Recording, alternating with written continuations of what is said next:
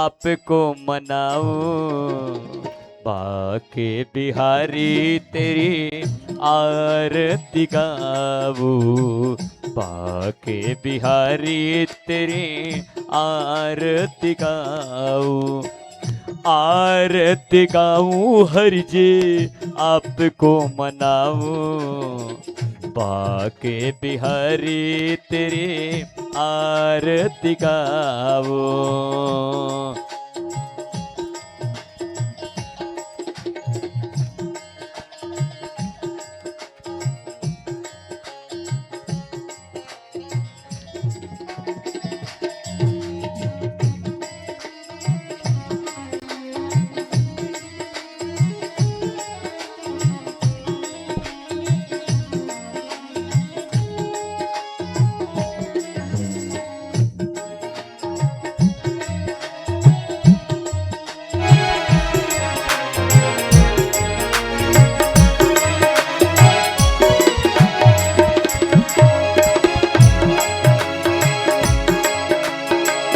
मोर मुकुट तेरे माथे में सोगे, प्यारी बंसी मन मन मोहे, मोर मुकुट तेरे माथे पे सोहे, प्यारी बंसी मन मन मोगे, देख छवि मैं प्यारे बल बल जाऊं, बाके बिहारी तेरी आरती गाऊं है, बाके बिहारी तेरी आरती गाऊं। चरणों से निकली है गंगा प्यारे, जिसने सारी दुनिया चरणों से निकली है गंगा प्यारे, जिसने सारी दुनिया तारी, उन चरणों में प्रभु जी दर्शन पाऊं है, बाके बिहारी तेरी आरती गाऊं है, बाके बिहारी तेरी आरती गाऊं। दास या नाथ के नाथ आप हो, सुख दुख जीवन साथ आप हो, दास नाथ के नाथ आप हो, सुख दुख जीवन साथ आप हो, उन चरणों को मैं, हरि चरणों को मैं शीस झुकाऊं है, बाके बिहारी तेरी आरती गाऊं, बाके बिहारी तेरी आरती गाऊं, हरि हरि तेरी आरती गाऊं। कर्पूर गौरम करुणावतारम तत्सरितरम भुजगेन्द्रधर, सदा वसन्तं हृदयारविन्दे भवं भवानी सहितं नमामि। वस्त्राली माला कुत्तालिकाय, कपाली माला चित्ते कराय, दिगंबराय च दिव्यंबराय, नमः शिवाय च नमः शिवाय। त्वमेव माता च पिता त्वमेव, त्वमेव बन्धु सखा त्वमेव, त्वमेव विद्या शरणं त्वमेव, त्वमेव सर्वं मम देवदेव। गुरुर्ब्रह्मा गुरुर्विष्णु गुरुर्देवो महेश्वरा, गुरुर्साक्षात् परब्रह्म तस्मै श्री गुरवे नमः। केशवं राम नारायणं कृष्ण दामोदरं वासुदेवं हरि, श्रीधरं माधवं गोपिकावल्लभं जानकीनायकं रामचन्द्रं भजे। हरे राम राम राम हरे हरे, हरे कृष्णा हरे कृष्णा कृष्ण कृष्ण हरे हरे, हरे राम राम हरे हरे। बोलिए राजा रामचंद्र भगवान की, बोलिए बांके बिहारी लाल की। ऐसे नहीं, जयकारे दोनों हाथ खड़े करके, लेकिन मैयाओं से निवेदन है कि अपने हाथ इतने ही खड़ा करें, भैया लोग इतना करें। एक बार सभी लोग बोलिए गुरुदेव भगवान की, बोलिए बांके बिहारी लाल की, खैरापति मैया की, हनुमंतलाल महाराज की। धर्म की, अधर्म का, प्राणियों में, विश्व का, गौ माता की, सत्य सनातन धर्म की, आज के आनंद की। हर हर महादेव।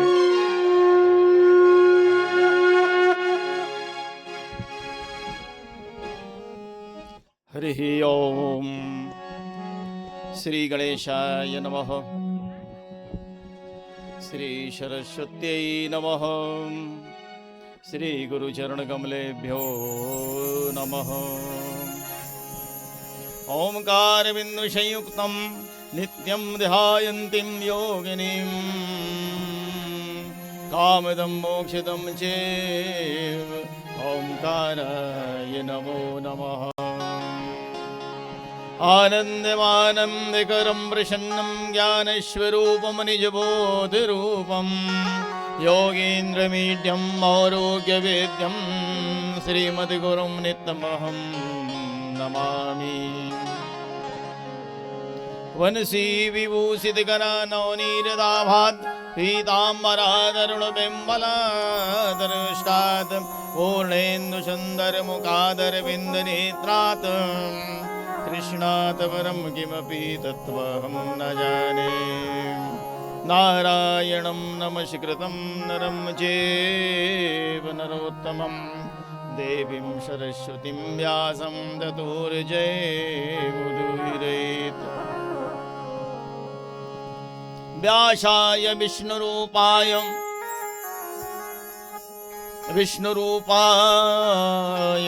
व्यासाय विष्णुरूपाय व्यासरूपाय विष्णवे नमो वै ब्रह्मनिधये वासिष्ठाय नमो नमः।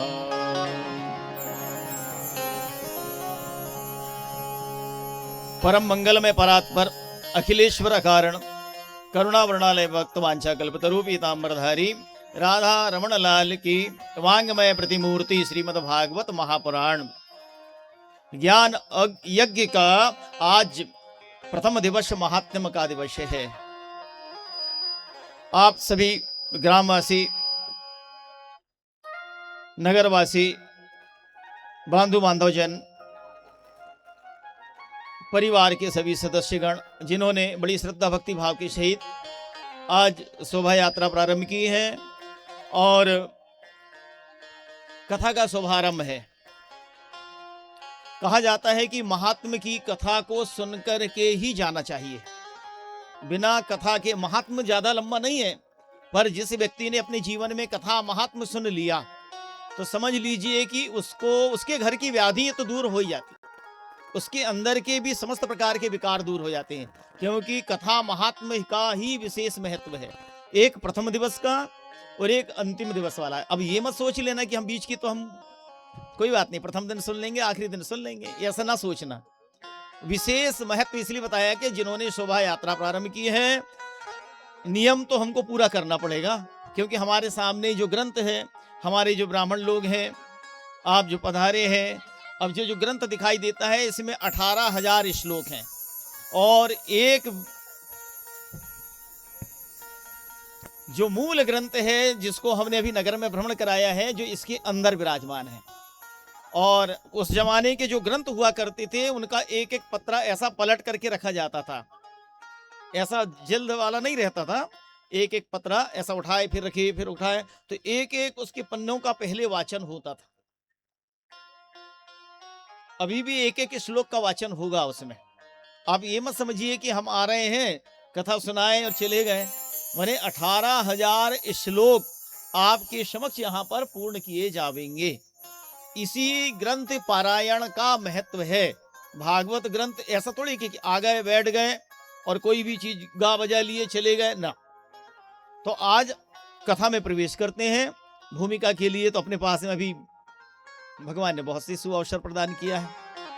देखो, पिछले सत्र में राहंग डाले ही परिवार, मुझे बड़ा कहने में आनंद की अनुभूति हो रही है कि रहंग डाले परिवार से चल करके रहंग डाले ही परिवार में। तो जहां, और तो सौभाग्य की बात यह है कि जहां हम रुके थे उसी घर में कथा का आयोजन हो रहा है। इससे बड़ी प्रसन्नता की बात और क्या हो सकती है। आज गोपाल जी आपके घर पधारे हैं, भागवत ग्रंथ आपके यहाँ पर आया हुआ है और इसकी महिमा का रसा स्वादन पान करना है। तो आइए सबसे पहले हम अपनी वाणी को पवित्र करने के लिए और आपको कथा श्रवण करने के लिए, अपने कानों को शुद्ध करने के लिए हाथों से करतल और मुख से स्मरण करते हुए, गुनगुनाते हुए आप 2 मिनट का संकीर्तन करेंगे। उस संकीर्तन के उपरांत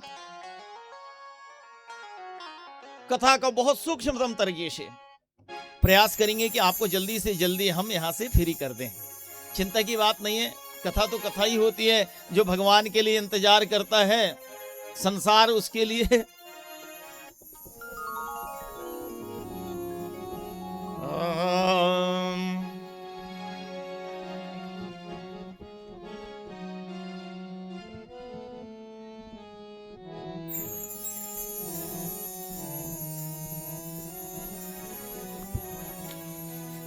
जय राधे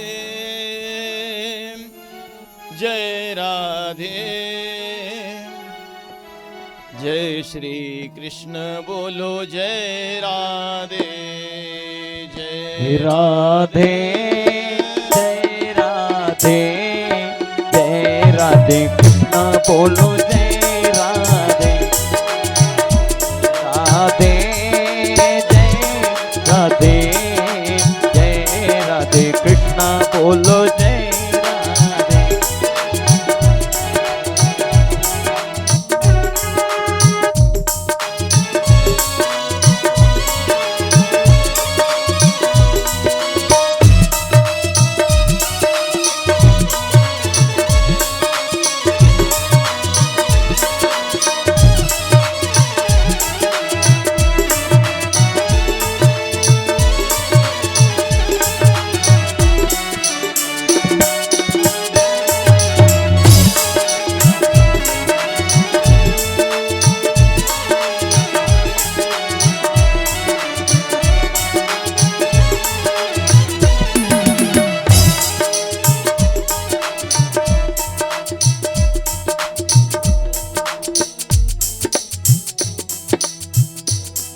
राधे मेरी स्वामिनी और मैं राधे को दास, राधे मेरी श्यामनी और मैं राधे को दास, राधे मेरी स्वामिनी और मैं राधे को दास, जन्म जन्म मोहि दीजियो श्री वृंदावन वास, जय राधे श्री राधे, जय राधे कृष्ण राधे जय राधे, राधे जय राधे, जय राधे कृष्ण बोलो जय राधे।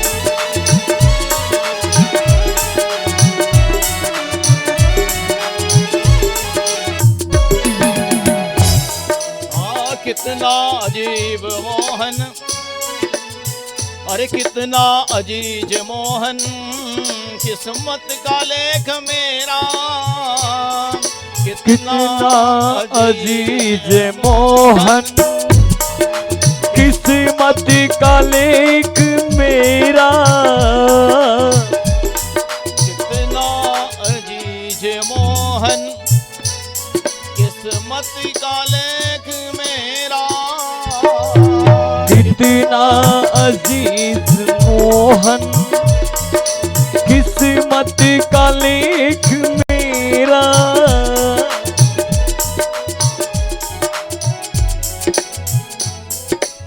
जो कुछ भी हो रहा है उसमें है हाथ तेरा, जो कुछ भी हो रहा है उसमें है हाथ तेरा। ओ कुछ भी हो रहा है उसमें है हाथ तेरा। राधे श्री राधे, जय राधे कृष्ण बोलो जय राधे।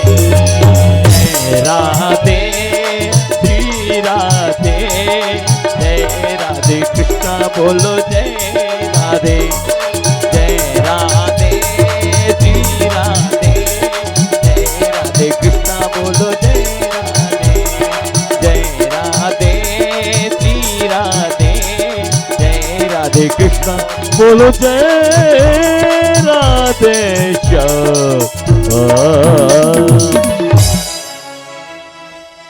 बोली वृंदावन बिहारी लाल की जय हो। श्रीमद् भागवत महापुराण जो आपके समक्ष ग्रंथ रखा हुआ है, इस श्रीमद् भागवत महापुराण शब्दमयी रूप है। यही शब्दमयी मूर्ति कहलाती है। शब्दमयी मूर्ति क्यों कहा जाता है कि भगवान की जो लीला, भगवान की जो लीला है उसका जो वर्णन किया गया है वो शब्दों से ही समाहित करके उस ग्रंथ में वर्णित है कि नहीं, इसको शब्दमयी मूर्ति कहा जाता है।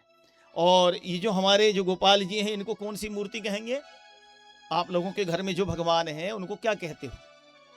नहीं मालूम, वैसे ही रख लिए हो। उनको कहते हैं अर्चा अवतार। वो है अर्चा अवतार जिनका अर्चन किया जाता है। और ये जो शब्दमयी वांगमयी प्रतिमूर्ति भगवान की इसमें ग्रंथ के रूप में है, तो बोले ऐसा क्यों है और भगवान इसमें ही कैसे समाहित हुए?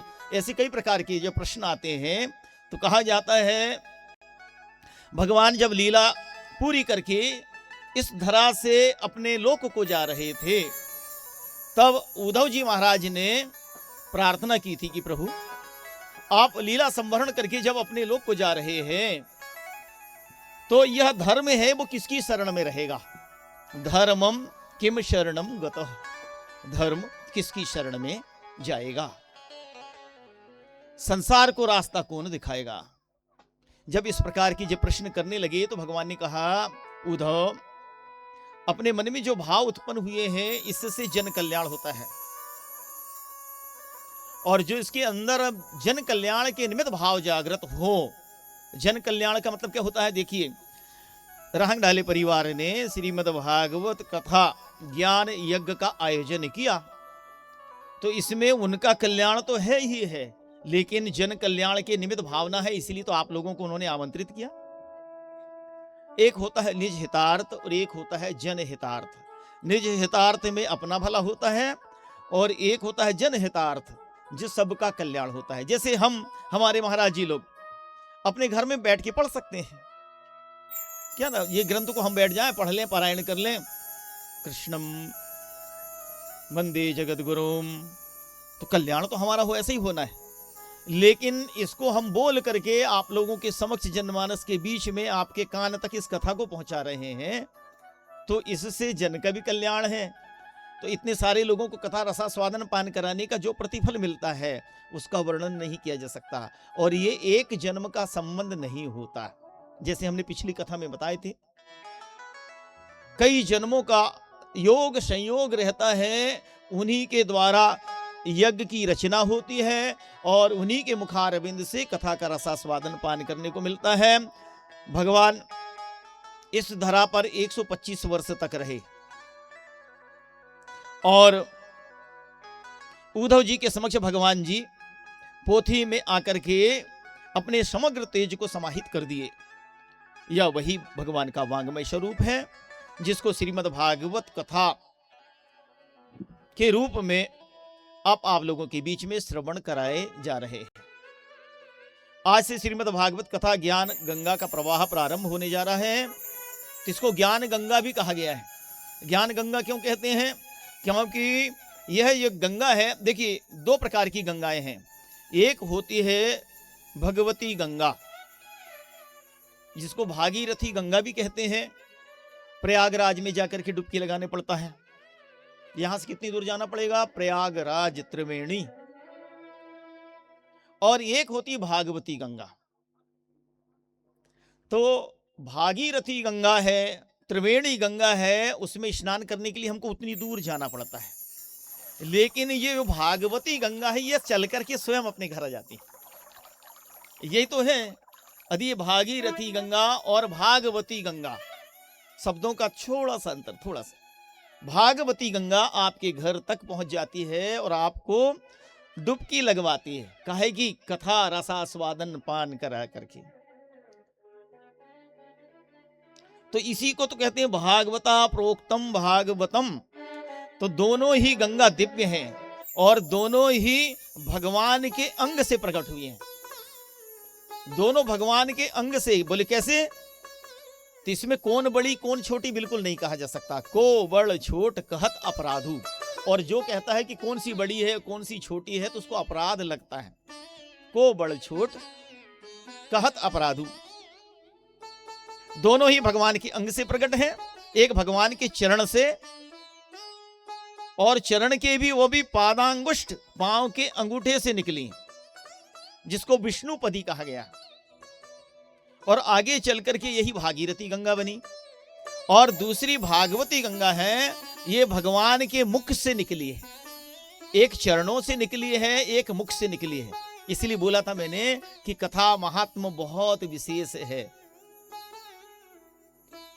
या स्वयं पद्मनाभस्य मुख पद्मा विनिश्रतः। या स्वयं पद्मनाभस्य मुख पद्माद विनिश्रतः। अर्थात एक मुख से निकलती है और एक चरणों से निकलती है। जैसे जुड़वी संतान हो, जो मुखारविंद से प्रकट हुई है, बड़ी कही जाती है, क्योंकि मुख से निकलने वाली, तो उसको बहुत प्रधानता दी जाती है। लेकिन देखो बहुत आनंद आएगा, जो भगवती गंगा है, गंगा के पास जाना पड़ता है, सावधानी रखना पड़ता है। गहरे में गए, डूबे और मरे। उस गंगा में धोखे से गए, डूबे और जय सिया राम। लेकिन भागवती गंगा में इसे जहां चाहो वहां ले जा सकते। जहां ले चलोगे वहीं मैं चलूंगी। अब समय कम है, नहीं तो अभी गवा देते। हाँ? तो ये जितनी गहराई इस गंगा में, जितनी गहराई में हम जाएंगे, जितनी गहराई में जाएंगे, विद्यावताम भगवती परीक्षा।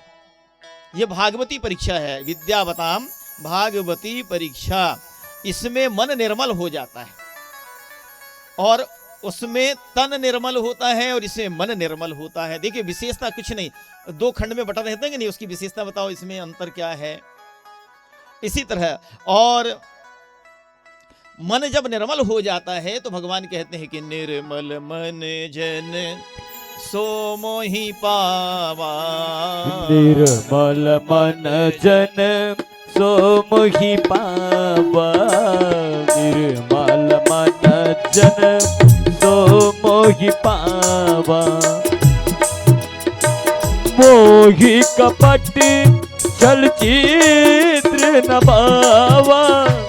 मोहि कपट छल चित्र न पावा। निर्मल मन जन सो मोहि पावा। निर्मल मन जन सो मोहि पावा। इसमें मन निर्मल हो जाता है। ऐसी बहुत सारी विशेषताएं हैं। यदि हम विशेषताएं ही बताएंगे तो पूरी रात विशेषता चलेगी।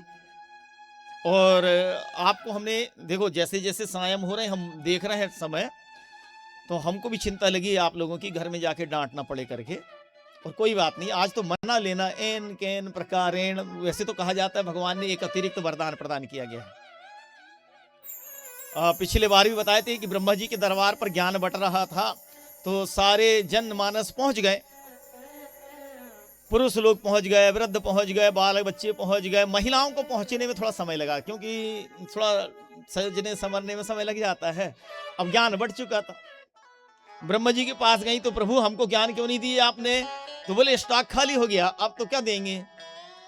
तो बोले ऐसे कैसे हो सकता है, हम तो लाइन में खड़े हैं, जब तक ये पंक्ति के पूरे लोगों को आप कुछ नहीं देंगे तब तक हम घर नहीं आवेंगे। तो बोले बस हमारे पास तो अब तो कुछ बचा नहीं है, पर एक चीज हम आपको एक अतिरिक्त देते हैं कि जितने लोगों को ज्ञान दिए हैं ना, उनको सबको बेवकूफ बना सकती वो वाला ज्ञान तुमको दे देते हैं। तो वो विशेष वरदान मिला हुआ है आप लोगों को। कोई बात नहीं, आज घर में जाके सबको मना लेना। देखो जी, हम कथा में गए थे, थोड़ा विलंब हो गया, बहुत से कारण होते हैं, एक दो कारण नहीं है, यहाँ से बोलना अच्छा नहीं लगता। बहुत सारे कारण होते हैं जिससे विलंब के कारण से हो जाता है, और प्रथम दिन तो होता ही है, और गर्मी का समय है, दोपहर से अच्छा तो यही है। मैं तो कहता हूँ कि यहाँ से 12 बजे तक चलती तो बहुत मना आनंद आता है ना। इतने बजे कथा प्रारंभ हो और 12 बजे तक चले तो बढ़िया सब। पर भोजन की तो आपको समस्या बनेगी, देख लेते हैं, कल से विचार कर लेंगे कितने समय की। अभी आरती के समय हमारे यजमान बता देंगे आपको समय। तो यहाँ पर श्रीमद् भागवत, अब ये आगे हर दिन हम इसी की विशेषता बताते चलेंगे आपको, और कथा का प्रवाह भी आगे बढ़ते जाएगा।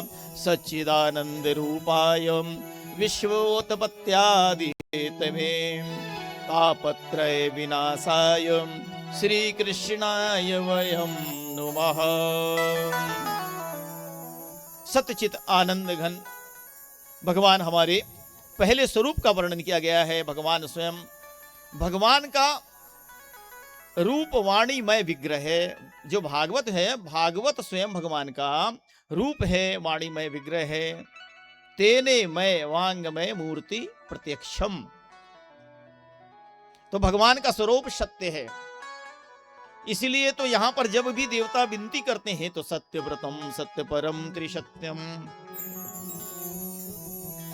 सत्यस्य योनिम निहितम च सत्ये सत्यस्य सत्या सत्यस्य सत्यामृत सत्यनेत्रम सत्यात्मकतम त्वाम शरणं प्रपन्ना। सत्यव्रतम सत्यपरम त्रिसत्यम सत्यस्य योनिम निहितम च सत्ये सत्यस्य सत्यामृत सत्यनेत्रम सत्यात्मकम त्वाम शरणं प्रपन्ना। परमेश्वर सत्य है, संकल्प जनित है। सत्य ही आपकी प्राप्ति का श्रेष्ठ साधन है। सृष्टि के पूर्व और सृष्टि के पश्चात में भी आप सत्य ही है। पृथ्वी, जल, तेज, वायु और आकाश, इन पांचों दृश्यमान सत्यों में आपका ही कारण है। ऐसा ये सत्यव्रतम सत्यप्रदम त्रिसत्यम, ये बार बार इसके बारे में बताया गया है। और संसार जो है परिवर्तनशील है। अब सत्य चित्त आनंद, चित्त क्या है? ज्ञान चैतन्य स्वरूप मूर्ति, जो सबको जानने वाला। और आनंद क्या है?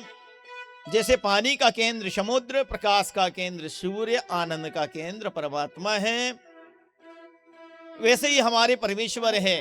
कैसे हैं? जो आनंद प्रदान करते हैं। जो आनंद सिंधु सुख राशि, जो आनंद सिंधु सुख राशि,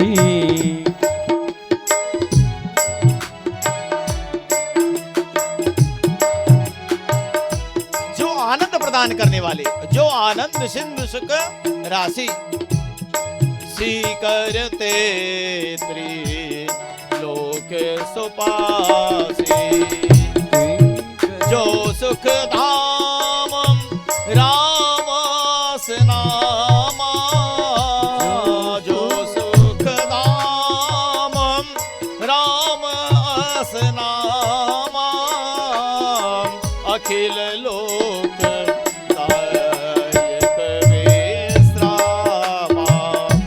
श्री राम जय राम, जय जय रामा, श्री राम जय राम जय।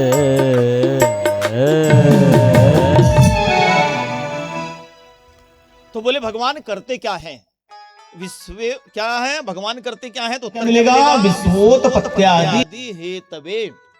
भगवान बनाना, पालन करना, लय करना भगवान के हाथ में है।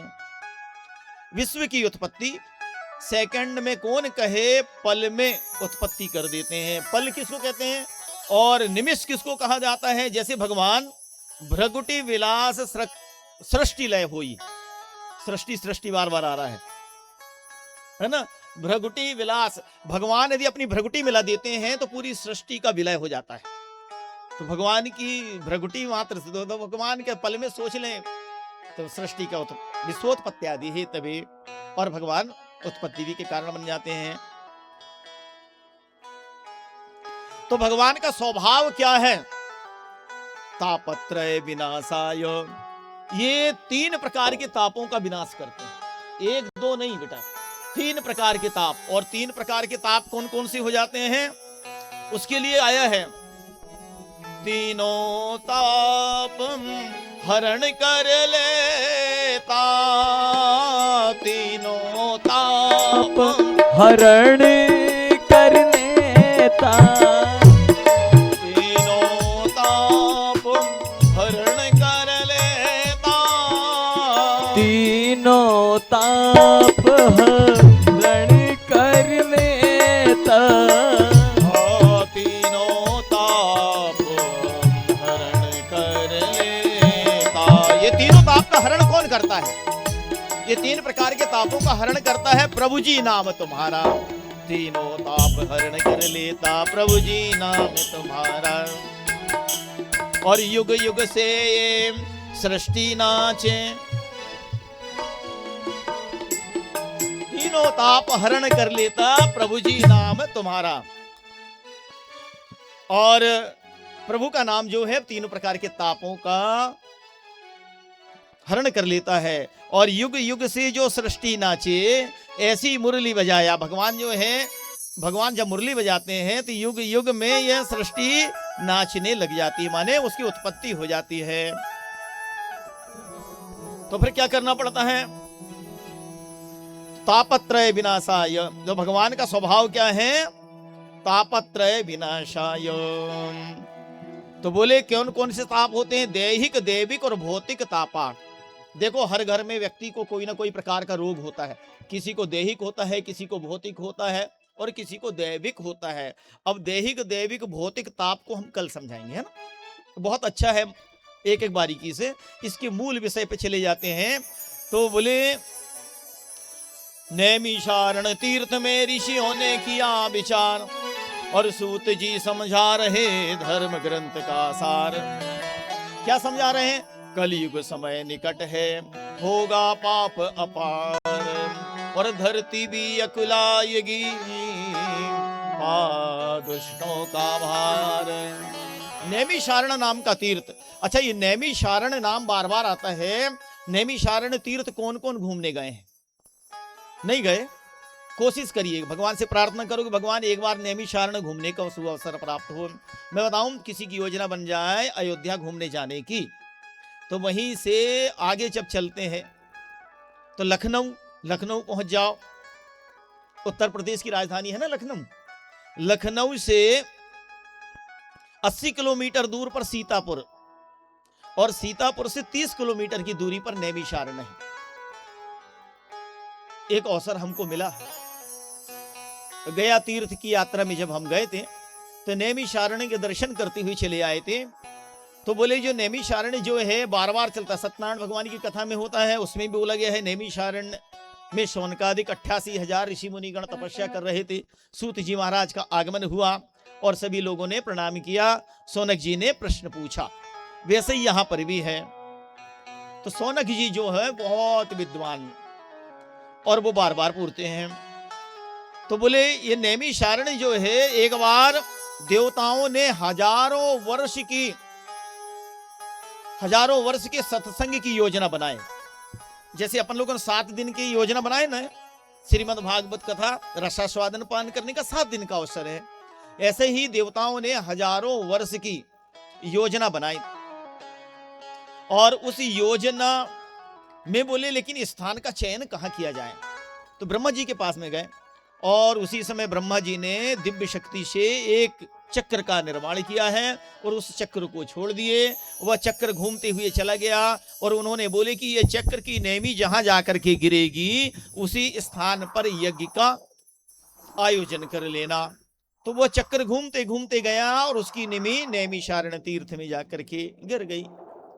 और आज भी वहां पर एक चक्र कुंड है और वहां स्नान, जैसे अपन नदी में जाते हैं, गंगा जी जाते हैं तो एक स्नान पर स्नान किए निकल करके बाहर आ जाते हैं, वहां नहीं, उसमें गोल घूमते हुए आते हैं।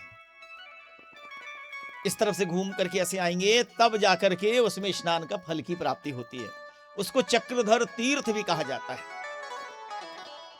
और यह नैमिषारण्य तीर्थ में विशाल बड़े बड़े वट वृक्ष हैं और एक दो नहीं 88,000 ऋषि मुनि गण बिना स्पीकर बिना माइक के उस समय कथा चलती थी।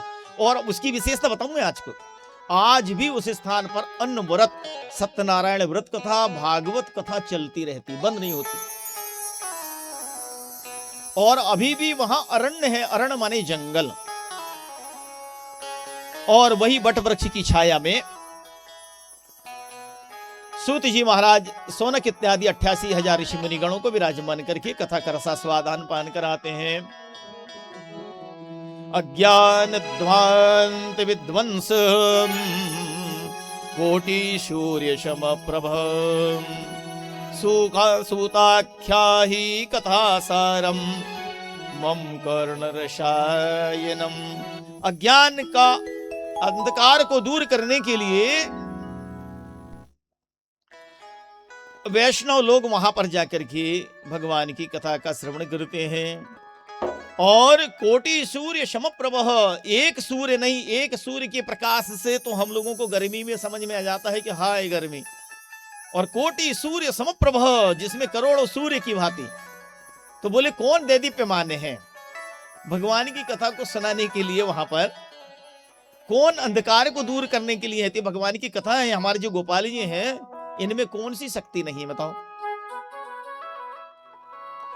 इनकी महिमा हम 7 दिन श्रवण करेंगे। तो अज्ञान रूपी अंधकार को नष्ट करने के लिए सूत जी से प्रश्न किया गया। किसने प्रश्न किया? सोनक जी ने। भक्ति ज्ञान वैराग्य को बढ़ाने के लिए वैष्णव लोगों को क्या करना चाहिए? क्या क्या चीज? भक्ति ज्ञान वैराग्य को। फिर ऐसा कौन सा कार्य किया जाए जिससे मोह माया का निवारण हो जाए? अभी ना मोह माया काहे में है भी अब सबसे ज्यादा लोगों को? जब बताओ किसको मोह माया सबसे ज्यादा? सारा संसार के प्राणी सभी मोह माया से ग्रसित हैं। हमको भी है, हम भी सोचते हैं एक कथा और हो जाए। इसको भी तो मोह कहते हैं कि नहीं होता? क्यों? क्योंकि कथा कहते कहते मुंह ऐसा लगता है कि भगवान ऐसा अनवरत कहने का सुअवसर प्राप्त हो। बहुत विलंब हो गया हमको, तो बहुत पहले प्रभु की कृपा कहते हैं जब अवसर मिलता है तभी प्राप्त होती है, और जो होता है सो अच्छा होता है। पिताजी का आशीर्वाद, हमारे पिताजी की दिव्य छाया चित्र यहां लगा हुआ है और उन्हीं की गोद में बैठ करके हम भी भगवान की कथा का, और हमारे गुरु जी की भी फोटो है। इस दास को ऐसे महापुरुषों के चरणों से माथा टेकने का सुअवसर प्राप्त हुआ और आपके मुख से हमको मंत्र की प्राप्ति हुई। तो हमारे गुरुजी हैं, अब उनकी ही गोदी में बैठ करके हम आप लोगों को कथा का रसास्वादन पान करा रहे हैं। तो इस दास को भगवान ने बड़ी कृपा किया है। और यहां पर आसुरी वृत्ति से ग्रसित प्राणियों का कैसे कल्याण हो। आसुरी वृत्ति किसको कहा जाता है? देखो डरना नहीं सब लोग। आसुरी वृत्ति जो कहा जाता है कि मनुष्य की देह में रह करके भी हम आसुरी किसके कहते हैं? सुर और असुर दो होते हैं। सुर माने देवता, असुर माने राक्षस। जो गलत खान पान कर ले उसको असुर, जो सात्विक आहार करे वो सुर। बस इतनी सरल परिभाषा है ना? तो उससे निवृत्ति कैसे हो, ये भगवान की कथा के लिए सोनक जी बड़े प्रसन्न होते हैं। सूत जी महाराज के चरणों में निवेदन करते हैं और कहने लगे, महामोहतम पुंज जासु बचन रवि कर निकर जिनहि न सपने हूँ खेद वर्णत रघुवर विसद जसो। ये महामोहतम पुंज, इससे कैसे छूटा जाए। सूत जी ने सोनक जी के पूछने पर बड़े प्रसन्न हुए। कलि के जीवों के लिए यही एक, कलि के जीवों के लिए यही एक यतन समझ में आया है। एक यतन समझ में आया है, एक यतन समझ में आया है, यतन समझ में आया।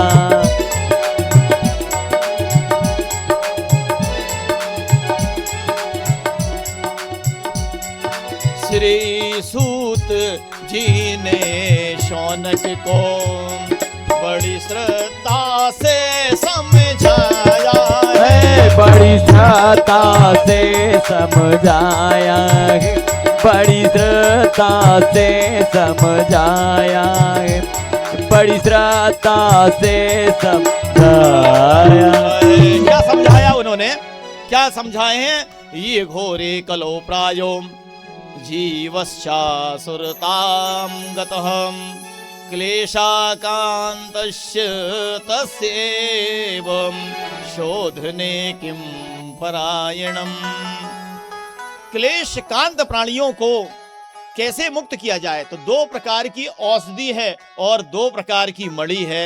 एक है चिंतामणि और एक है कल्प वृक्ष। चिंतामणि जिस वस्तु का चिंतन करो वो वस्तु प्रदान कर देती है, और कल्प वृक्ष के नीचे जो कल्पना की जाए वह स्वर्ग की संपत्ति को भी प्रकट कर देती है। चिंतामणि लौकिक सुख प्रदान करता है, लौकिक माने संसार के, और कल्प वृक्ष स्वर्गीय सुख प्रदान करता है। चिंतामणिर लोक सुखम सुरद्रह स्वर्ग संबदम प्रयच्छति गुरु प्रीतो वैकुंठम योगी दुर्लभम। परंतु गुरुदेव की जब कृपा हो जाती है, ब्रह्म से साक्षात्कार करा देते हैं, और गुरुदेव की जब कृपा हो जाए तो गुरु ही ब्रह्म का साक्षात करा करके हमारे अंदर जो क्लेशाक्रांत हम अटके हुए हैं उनसे मुक्त करा करके हम पर कल्याण कर देते हैं। भागवतम शास्त्रम कलु कीरेण भासितम।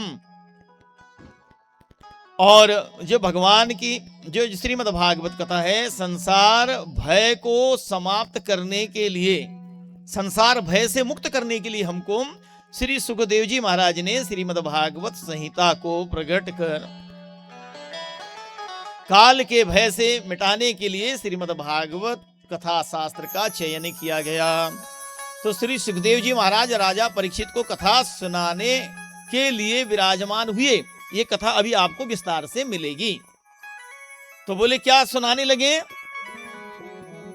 सुधा कुंभम गृहीत्वेव देवास्तत्र समागमन। अमृत कलश लेकर के जब देवता आ गए, किसके पास में, सुखदेव जी के पास में। उस समय वो कथा सुना रहे थे राजा परीक्षित को। देवताओं ने कहा कि हे परीक्षित, तुम जो कथा को सुन रहे हो ना, तुमको डर है कि 7 दिन में हमारा ये शरीर छूट जाएगा, तो हम एक औषधि लेकर के आए हैं, एक अमृत तत्व लेकर के आए हैं जो स्वर्ग का अमृत है। इसको यदि तुम पान करोगे तो तुम अमर तत्व को प्राप्त हो जाओगे, लेकिन जो कथा रूपी जो अमृत पान कर रहे हैं वो हमको दे दो। तो परीक्षित ने सुखदेव जी की तरफ देखा और कहा, प्रभु क्या यह जो विनियोग कर रहे हैं, विनिमय कर रहे हैं, क्या यह सही है। तो उनको सुखदेव जी ने बहुत फटकार लगाई। बोले क्या फटकार लगाई, क्या सदा क्वा कथा लोके क्वा काचह क्वा मणिर महान। अरे बोले कहाँ मणि और कहाँ कांच का टुकड़ा, कहाँ कथा रूपी अमृत, और ये तुम्हारा कहाँ स्वर्ग का अमृत। ना जाने किस जमाने से आज तक वो खत्म ही नहीं हुआ। सूंघ सूंघ करके पी रहे हैं कि क्या कर रहे हैं? बोले हमारी तो कथा नित्य प्रति अमृत बरसाने वाली है। ब्रह्मरातो विचारे तदा देवांच हासः। कहाँ कांच और कहाँ मणि, अधिकारी अनाधिकारी, ये सब प्रयास करना पड़ता है। ज्यादा से ज्यादा 10 मिनट, 10 मिनट, हाँ 10 मिनट में बिल्कुल छोड़ दे रहे हैं। कथा कल सुना देंगे, हम चिंता मत करो। कल की ये जो कथा है हम कल सुना देंगे। थोड़ा ये आधा घंटा 1 घंटा पहले बैठ जाएंगे, चिंता क्यों करते, बस थोड़ा सा। क्योंकि आप उठ के जाओगे ना तो हमारा मन करेगा हम भी जाएं अपने कक्ष में। आप लोग बैठे हो करके तो हम बैठे हैं, है ना। तो यहां पर श्री सुखदेव जी महाराज का जन्म कैसे हुआ, सुखदेव जी कैसे प्राकट्य हुए, सुखदेव जी कौन है, इन सब को हम आपको सुनाएंगे। यहाँ पर जो भक्ति ज्ञान वैराग्य की जो मुख्य धारा है उसको प्रवाहित कर दें। तो बोले ये भक्ति ज्ञान वैराग्य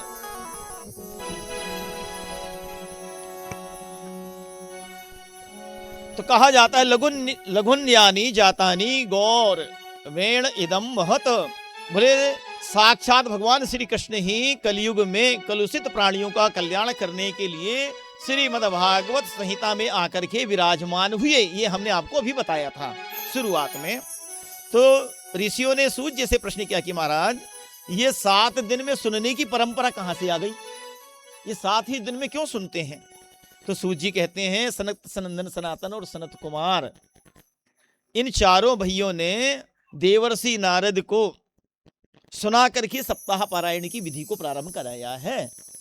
बोले सोनक जी ने पूछा कि बोले नारद जी को 2 घड़ी से ज्यादा का कहीं अवसर तो मिलता नहीं, फिर इतने लंबा अवसर कैसे टिक गए? तब उन्होंने बताया कि नहीं, 7 दिन बैठ करके भगवान की भागवत कथा का श्रवण करना ये कैसे निर्धारित हुआ, कैसे अवसर की प्राप्ति हुई, तो ये इसके बारे में बताते हैं कि एकदा विशालायाम चत्वार ऋषियो मलः शतशृंगारथ समायाता दद्रसोस्तत्र नारदम।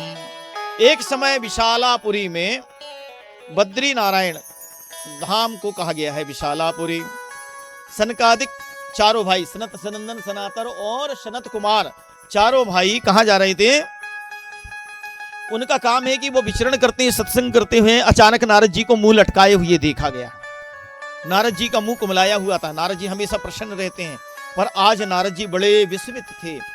तो नारद जी से उन्होंने पूछ लिया कथम ब्रह्मानंदीन मुखोह, अरे आप जो ब्रह्मानंद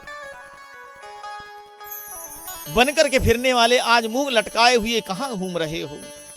तब नारद जी ने कहा, बड़े भाव से कहते हैं कि क्या बताएं, हम एक बार पुष्कर, प्रयाग, काशी, गोदावरी, हरि क्षेत्र, कुरुक्षेत्र, श्रीरंगम, सेतुबंधम ये सब विचरण किए हैं और वहां पर हमने पाखंडों से युक्त देखा, पाखंड निरता संतः।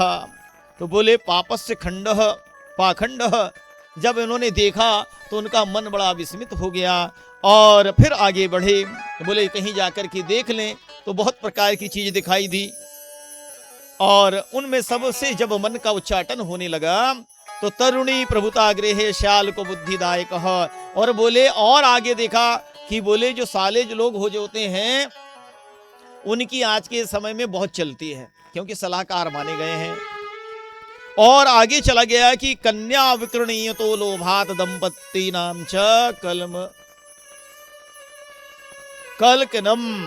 तो बोले यहाँ बोले जो है लोभ के कारण लोग कन्या का विक्रय करने लगे हैं और पुरुषों में कलह मचा हुआ है, मतलब स्त्री पुरुषों में परस्पर नहीं पट रही। बोले क्यों? कुछ लोग गाते हैं ना, समर नर नारी में समता है, तो गाते हैं कि नहीं कीर्तनकार लोग? हमको याद आ रहा है पर नहीं गा रहे हैं क्योंकि समय का अभाव है।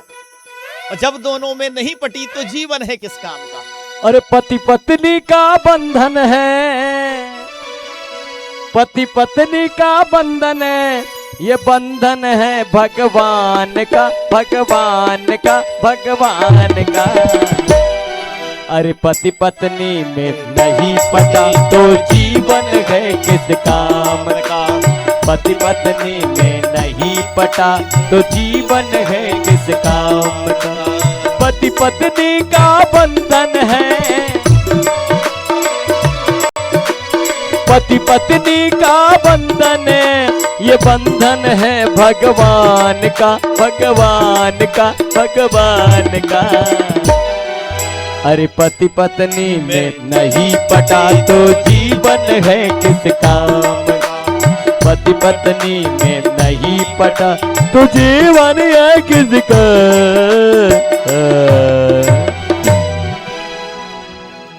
नारद जी ने देखा एक युवती भिन्न स्थिति में, खिन्न स्थिति मतलब मन में बड़ी भ्रांति और खिन्न स्थिति में बैठी हुई दो वृद्ध पुरुषों के पास हवा झुला रही है और पंखा हिलाते देख करके नारद जी उस स्थान से निकले और नारद जी को निकलते देख करके युवती ने आवाज लगाई, लख कर नारद हो गए चकित। नारद जी ने देखा है और बड़े आश्चर्यचकित हो गए कि दो वृद्ध पुरुष लेटे हुए हैं और एक युवती पंखा हिला रही है। लख कर नारद हो गए चकित, बोले देवी ये बतलाओ, बोले देवी ये बतलाओ, बोले देवी ये बतलाओ, बोले देवी ये बतलाओ। बोले देवी ये कौन है ये बताइए, ये पुरुष कौन, तुम रोती क्यों, ये पुरुष कौन है और तुम क्यों रोती हो, ये पुरुष कौन तुम रोती क्यों। देवी सच मुझको बतलाओ, बोले देवी हमको तो सच सच बताओ कि ये तुम रो क्यों रही हो। तो क्या कहा उन्होंने, द्वापर तक भरी जवानी थी जब हम तीन न थे अपने आपे में, लेकिन कलयुग के लगते ही बेटे गिर गए बुढ़ापे में। वो जो तरुणी थी वो माँ थी और बेटे बूढ़े हो गए थे। आश्चर्य लग रहा है कि नहीं। तो बोले बेटा कौन है, भक्ति और ज्ञान। क्या क्या पता, ज्ञान और वैराग्य। क्या बोले हमने, भक्ति महारानी के दो बेटे हैं, ज्ञान और वैराग्य। आज ज्ञान वैराग्य बूढ़े हो गए कि नहीं। ज्ञान की बात हम करें तो लोग सब उठ के चले जाएंगे, वैराग्य की बात करेंगे तो कौन सुनने वाला है, कोई नहीं सुनने वाला है। थोड़ी सी भक्ति की बात कर ले तो लोग प्रसन्न हो जाते हैं। तो बस यही बात थी। पर जैसे ही नारद जी ने देखा तो बोले मेरा क्या काम है। बोले वो दूर से जाने लगे। देवी ने आवाज लगाई, देवी की आवाज लगाने पर निकट आए और आने के बाद उन्होंने पूछ लिया कि देवी आपकी व्यथा क्यों हुई। तो देवी ने अपना परिचय दिया कि मैं दक्षिण भारत में पैदा हुई। कहाँ उत्पन्न हुई, कहाँ, दक्षिण भारत में, और कर्नाटक में जाकर के बड़ी हुई और महाराष्ट्र प्रदेशों में सम्मानित हुई, माने सम्मान मिला। और देखो महाराष्ट्र में सम्मान कैसे मिला, आज भी वहां पर लोग कीर्तनकार बहुत मिलते हैं और वहां भी बहुत अच्छा गायन कीर्तन चलता है महाराष्ट्र में अभी भी। और उसके आगे गुजरात में बुढ़ापा ने घेर लिया। पर जब जैसे ही मैं वृंदावन में आई तो तरुणी हो गई। वृंदावन की महिमा है, वृंदावन जाने पर तरुणिता की प्राप्ति होती है। वृंदावन संयोगात पुनस्त्वम तरुणी नवा, धन्यम वृंदावनम तेन भक्ति नृत्यति यत्र च। और उसी समय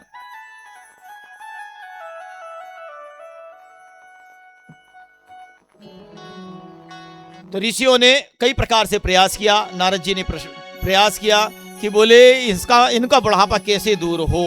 कई प्रकार की चीजें सुनाई, ब्रह्म ज्ञान सुनाया और भगवत गीता सुनाई, लेकिन किसी प्रकार का कोई असर नहीं हुआ।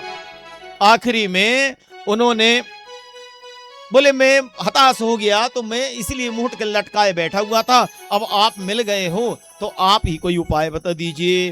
तब जाकर के सनकादिकों ने श्री नारद जी को श्रीमद् भागवत सप्ताह कथा की विधि का विधिवत पारायण, विधिवत उल्लेख, विधिवत कथा का रसास्वादन पान करने कराने की योजना को आप लोगों तक प्रेषित किया है। नारद जी बीच में उस कथा को लेकर के आने के लिए हमारे तक में बड़े सहयोगी बने। भाग्योदयेन बहुजन्म समर्जितेन। समय अभाव के कारण से जितना हो भगवान की गाथा को कल हम सुनाएंगे। तो भक्ति महारानी को जब कथा का रसा, कथा भागवत तस्यापि नित्यम भगवती यद ग्रहे, अर्थात जिस घर में भगवान की कथा नित्य प्रति होती है वह तीर्थ बन जाता है। तो अब ये तीर्थ बन गया है, तो तीर्थ की क्या महिमा है कि कृपया गुटखा खा करके इस तीर्थ क्षेत्र में ना थूकें। सबसे बड़ा सबसे बुरा व्यसन क्या है? गुटखा। कौन सा वाला गुटखा? भागवत वाला गुटखा नहीं। आजकल रामचरितमानस वाला गुटखा कोई नहीं रखते। मुंह में रखने वाला गुटखा, जीभ पकड़ करके बोलो तो समझ में आ जाएगा क्या है। बोलने वाला 3 बार गुटखा जीभ पकड़ के। तो भाई ऐसी चीज को क्यों खाओ?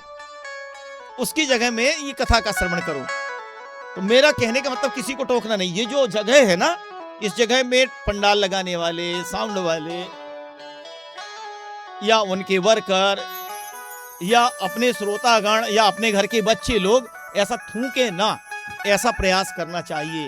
ये तीर्थ कहलाता है ये स्थान। आसपास हर दिन यहाँ पर रंगोली डालो, चौक बनाइएगा, कलशों को विधिवत कर दीजिएगा। जैसे हमारे घर में विवाह होते हैं, विवाह कार्य करते हैं, तो बहू आने के पहले लोग बाग जब बारात लेकर के आते हैं तो दहेज ले लेकर के नाचने लगते हैं बहू के आगमन में, है ना। ऐसे ही हमारे घर भगवान की भागवतमयी कथा है और राधा रानी भी आवेंगी, भगवान का जन्म भी होगा, भगवान का विवाह भी होगा। ये बड़े किस्मत वाले हमारे राहंगडाले जी, श्री गजानंद राहंगडाले जी, जिनके घर में श्रीमद् भागवत कथा का आयोजन सुनिश्चित हुआ और अपने बेटा बहुओं को बैठा करके उनको सुअवसर प्रदान करा रहे हैं। उनका कहना है कि गुरु जी, एक घड़ी आदि में पुनियाद भगवान ने ऐसे समय में मेरी सुन ली कि जब मैं कभी नहीं सोच पाया था, और ये अवसर की प्राप्ति हो गई है। और प्रेरणा कहां से मिल गई? देखो, अपने ही परिवार के, उनके ही छोटे भाई। अब ये छोटी सी कहानी है, ज्यादा बड़ी नहीं है, और पर उद्गार में आती है तो बोलने में नहीं चूकता है ना। एक यहां पर सार्वजनिक रूप से कथा का आयोजन किया गया था, उसकी बैठक हो गई राहंगडाले जी के यहाँ, श्री राधेश्याम राहंगडाले जी के यहाँ। और कहां होगी कथा, किस स्थान में होगी कथा? तो देखो, कथा के लिए स्थान का चयन करना पड़ता है। क्यों? कथा स्थान का चयन हो, सुपात्रों का चयन हो, क्योंकि कथा अनाधिकारी को भी कथा सुनाना है कि नहीं सुनाना है, ये तो जो संकल्प करके आते हैं वही निर्णय ले सकते हैं। हमारी क्या है, हम तो ब्राह्मण आदमी, हमको जहां बैठा लो वहां, तुम कहो तो पहाड़ी के ऊपर बैठ के सुना दे, तुम जहां कहोगे वहां बैठ के सुना, तुम कहो नदी के किनारे तो हम वहां सुना देंगे। पर हम आपके हित के लिए ही बोलते हैं। तो वह कथा विचलित हो गई, लोग बाग मुंह फुला फुला करके चले गए, उनको अच्छा नहीं लगा। और उसी दिन उन्होंने मन ही मन संकल्प कर लिया, कथा कोई कराए चाहे ना करे, मेरे घर में भगवान जी आवेंगे ही, और आ गए। और बस वहां से निकल करके, अब देखो राहंगडाले परिवार का भ्रमण हो ही रहा है। अभी अपने पास बहुत सारे परिवार हैं राहंगडाले के, अब घबराओ नहीं। देखो, भगवान ने यदि कृपा करी तो प्रत्येक घर में घूमेंगे हम, चिंता मत करना। क्यों आप लोग सना क्यों हो गए, है ना? सोचना चाहिए एक हाथ किसी के हृदय से, कोई के इसमें से ताली यदि बज जाती तो हम तो बड़े खुश हो जाते। चलो बज गई, है ना? तो इसी को, जिस घर में नित्य प्रति भगवान भागवती जी की महिमा का गान होता हो, ये श्लोक आया इसलिए हमने ऐसा बोल दिए। कथा भागवतस्यापि नित्यम भगवती यद ग्रहे तद ग्रहम तीर्थ रूपम ही, वह घर तीर्थ बन जाता है। क्या बन जाता है? तीर्थ बन जाता है। वसताम पाप नाशनम। देखो, यहां से बोलना तो नहीं चाहिए, लेकिन जिस जगह पे तीर्थ बना वहां पर भी एक चमत्कार दिख रहा है। उसको कहते हैं, ये जो स्थान है ना, ये पवित्र हो गया। इसकी यादगार में हम तो इन लोगों को देखेंगे, आगे बोलेंगे कि ये जो भागवत कथा हुई है ना, तो अब ये जो सामने जो क्षेत्र है यहाँ जो बना हुआ है, अब वहां पर भी एक विशाल बट वृक्ष लगाया जाए। बट वृक्ष, पीपल वृक्ष, आंवला वृक्ष, कि बोले हमारे घर कथा हुई थी उसके उपलक्ष्य में कहीं से खरीद के लेके आओ और लगा देना 7 दिन के अंदर में। वो आपके जब इस दुनिया में रहो ना रहो, वो वृक्ष जो है सूचित करते रहेगा कि यहाँ कथा हुई थी। ये यादगार तो याद है। जन्म कोटि कृतम पापम नश्यते नात्र संशयः, जन्म जन्मों के पाप नष्ट हो जाते हैं। बोले काहे से? श्लोकार्ध श्लोक पादम वा पठेद भागवतम च य, यदि भागवत जी का एक श्लोक, आधा श्लोक या उसका एक पद भी जहां पर गा करके सुनाया गया हो, नित्यम पुण्यम वापनोति राजसू मेधयो, राजसूय यज्ञ के बराबर फल की प्राप्ति होती है, साधारण नहीं है। इसको अपन कल समझाएंगे विस्तार से। तो यहां पर भगवान की कृपा से भक्ति महारानी ने अपने पुत्र ज्ञान वैराग्य के साथ में भगवान की कथा का श्रवण किया है। नारद जी ने बड़ी श्रद्धा भक्ति भाव के सहित भगवती महारानी को कथा का श्रवण कराए। आगे धुंधकारी की कथा है। तो धुंधकारी बहुत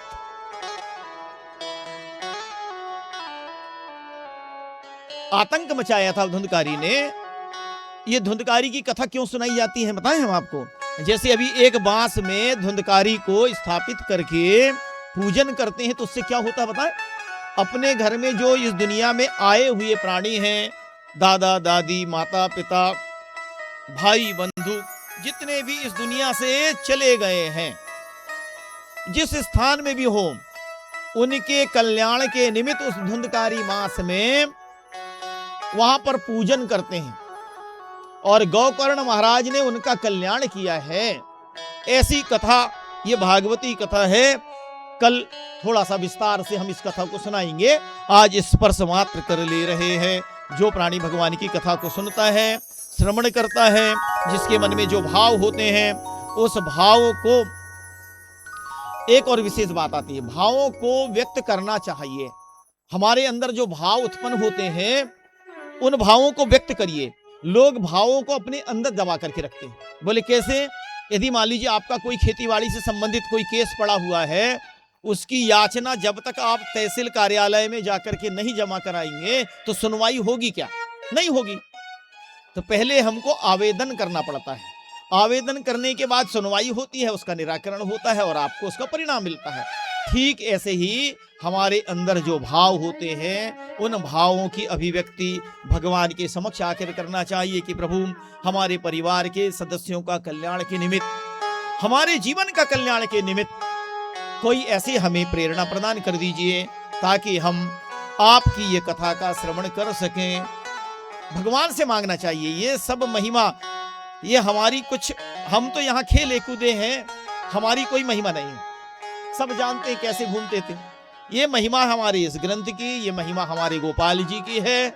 उन्होंने हमको इस स्थान तक ले आए और विशेष आशीर्वाद हमारे पिताश्री की है, हमारी माता जी का आशीर्वाद है और आप ग्राम वासियों का है।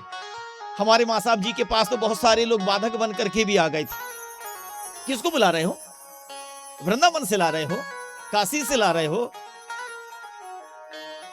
चित्रकूट से ला रहे हो? उन्होंने कहा मैं कहीं से नहीं ला रहा हूं, मैं हमारे गांव के महाराज को ही लाऊंगा।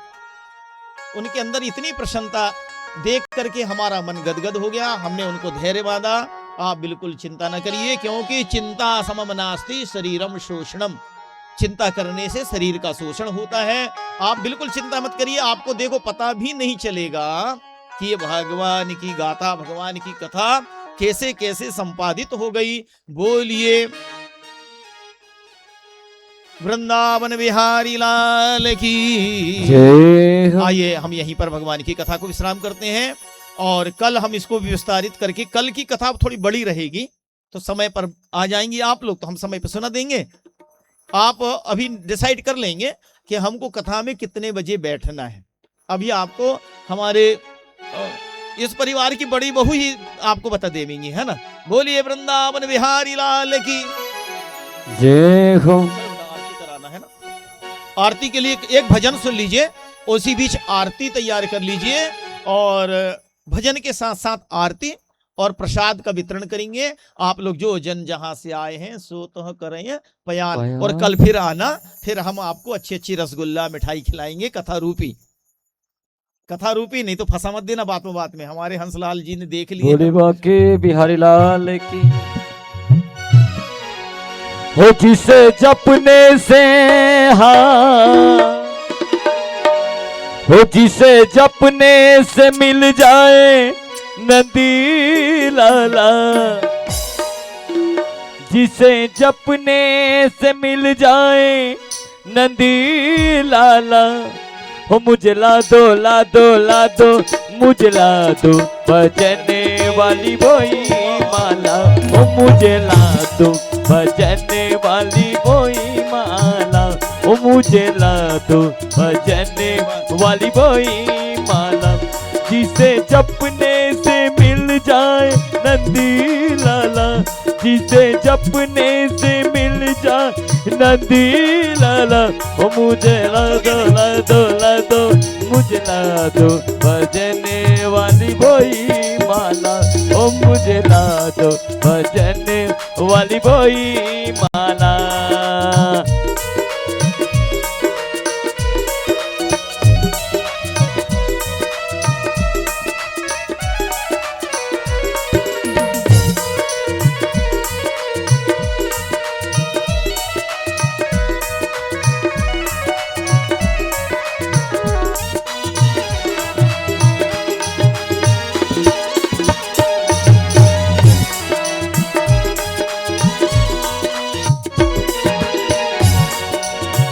यही माला मीरा जी ने फेरी, यही माला मीरा जी ने फेरी, यही माला मीरा ने फेरी, यही माला मीरा ने फेरी, यही माला मीरा ने फेरी, यही माला मीरा ने फेरी, जिसे मिल गया वो मुरली वाला, जिसे मिल गया वो मुरली वाला, मुझे ला दो ला दो ला दो, मुझे ला दो भजने वाली वही माला, ओ मुझे ला दो भजने वाली वही माला, मुझे ला दो भजने वाली वही माला, जिसे जपने से मिल जाए नंदी लाला, जिसे जपने से मिल जाए नंदी लाला, मुझे ला दो भजने वाली वही माला, मुझे ला दो भजने वाली वही माला, मुझे ला दो भजने वाली वही माला, मुझे ला दो भजन वाली वही माला।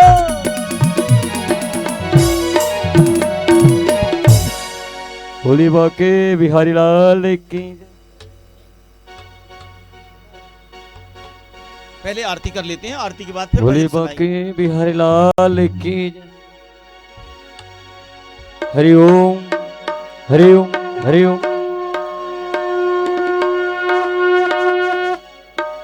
हरि ओम।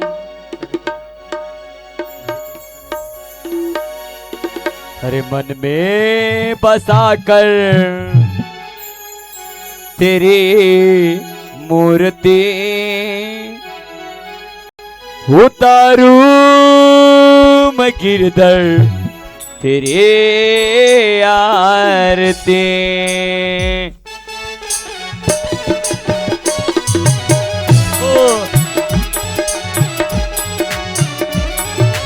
हरि बोल।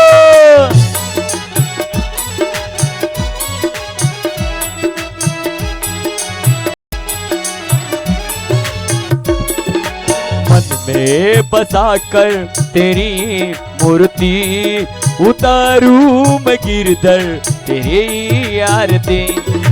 मन में बसा कर तेरी मूर्ति उतारू मैं गिरधर तेरी आरती। तेरी आरती हो तेरी आरती तेरी आरती, हाँ तेरी आरती, तेरी आरती हो तेरी आरती। मन में बसाकर तेरी मूर्ति उतारू मैं गिरधर तेरी आरती। मन में बसाकर तेरी मूर्ति उतारू मैं गिरधर तेरी आरती।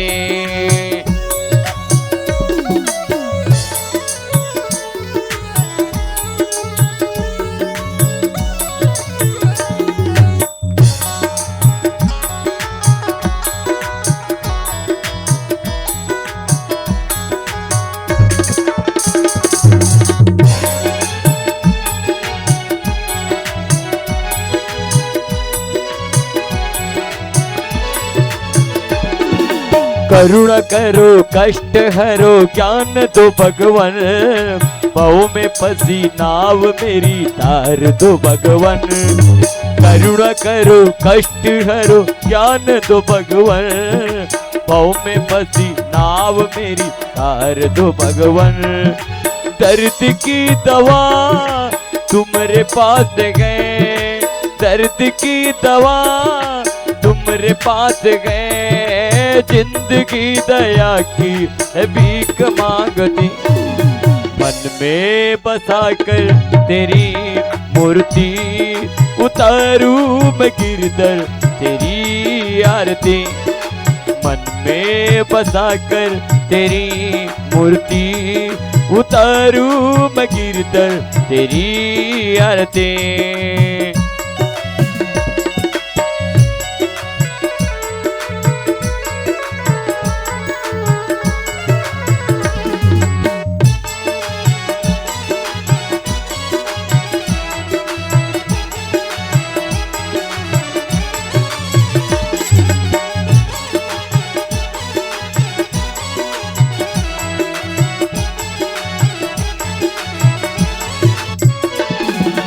मांगो तुझसे क्या मैं यही सोचूं भगवान, जिंदगी अब तेरे नाम कर दी अर्पण।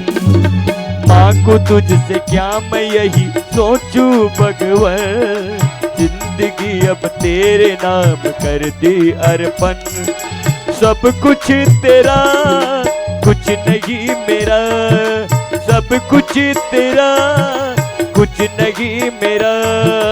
चिंता के तुझको प्रभु संसार के, मन में बसाकर तेरी मूर्ति उतारू मैं गिरधर तेरी आरती।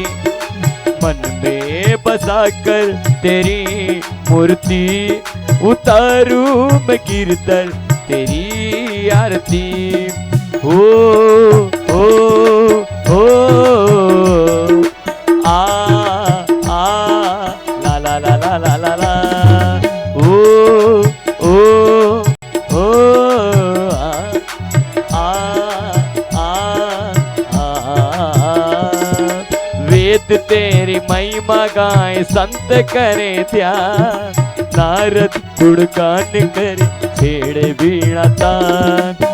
वेद तेरी महिमा गाए संत करे ध्यान, नारद गुणगान कर छेड़े वीणा तान। भक्त तेरे द्वार कर रगे पुकार, भक्त तेरे द्वार कर रगे पुकार। दास विनती नाथ करे तेरी यार, मन में बसाकर तेरी मूर्ति उतारू मैं गिरधर तेरी आरती। हाँ, मन में बसाकर तेरी मूर्ति उतारू मैं गिरधर तेरी आरती। तेरी आरती, हाँ तेरी आरती, तेरी आरती हो तेरी आरती। मन में बसाकर तेरी मूर्ति उतारू मैं प्रभु जी तेरी आरती, उतारू बिहारी तेरी आरती। ओम कर्पूर गौरम करुणावतारम संसार सारम पुष्पेन्द्र सदा वसन्तं हृदयविन्द भवं भवानी सहितं नमः वंशाली माला गुंतालिकाय कपाले माला चित्ते कराय दिगंबराय च दिव्यंबराय नमः शिवाय च नमः शिवाय त्वमेव माता च पिता त्वमेव बन्धु सखा त्वमेव विद्या द्रविणं त्वमेव सर्वं मम देवदेव गुरुर्ब्रह्मा गुरुर्विष्णु गुरुर्देवो महेश्वर गुरुर्साक्षात् परब्रह्म तस्मै श्री गुरुवे नमः अच्युतं केशवं राम नारायणं कृष्ण दामोदरं वासुदेवं हरि श्रीधरं माधवं गोपिकावल्लभं जानकी नायकं रामचन्द्रं भजे हरे राम राम राम हरे हरे हरे हरे कृष्णा कृष्ण कृष्ण हरे हरे राम राम जय राजा राम राम जय सीताराम राम राम जय राजा राम राम जय सीताराम राम राम जय राजा राम राम जय सीताराम राम राम जय राजा राम राम जय सीताराम राम राम जय राजा राम राम जय सीताराम राम राम जय राजा राम राम जय सी बोली बाके बिहारी लाल की जय।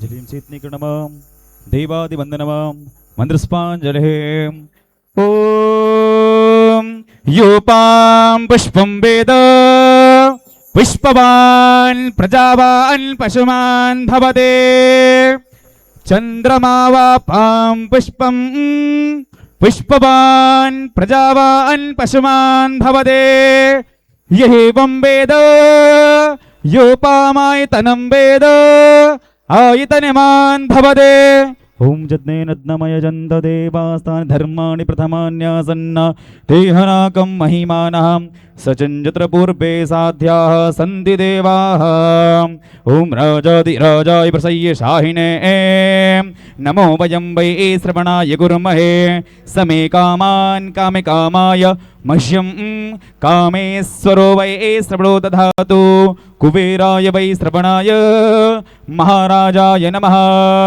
ओम शांति शांति शांति नाना सुगंधि पुष्पाणि यथा कालोद्भवानि च पुष्पांजलिर्मया दत्त ग्रहण परमेश्वर ध्यानान्ते मंत्रस्पांजलिं समर्पयामि। बोलिए राधा रानी सरकार की मोर मुकुट वंशी वाले की भागवत भगवान की सभी लोग जयकारा तेज लगाओ। धर्म की अधर्म का प्राणियों में विश्व का गौ माता की गौ हत्या भगवती राजराजेश्वरी सुंदरी मैया की मोर मुकुट वंशी वाले की व्यास जी महाराज की आनंद देने वाले की नमः पार्वती पतये हर हर महादेव जय जय श्री राधे श्याम। जिसे भी पूजनीय गुरुदेव जी से आशीर्वाद प्राप्त करना है वही क्रम से एक एक करके स्टेज में आते जाएंगे। परम पूज्य गुरुदेव जी से आशीर्वाद प्राप्त करके अपने जीवन को धन्य बनाएंगे।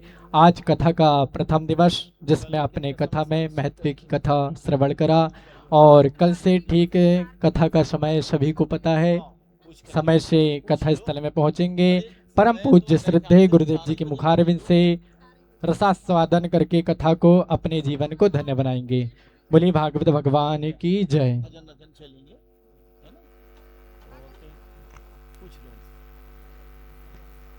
ठीक 4 बजे ऐसा दे देता हूँ। नहीं ये बाकी लोग तो भागने लगते हैं ना, पर अब तो सब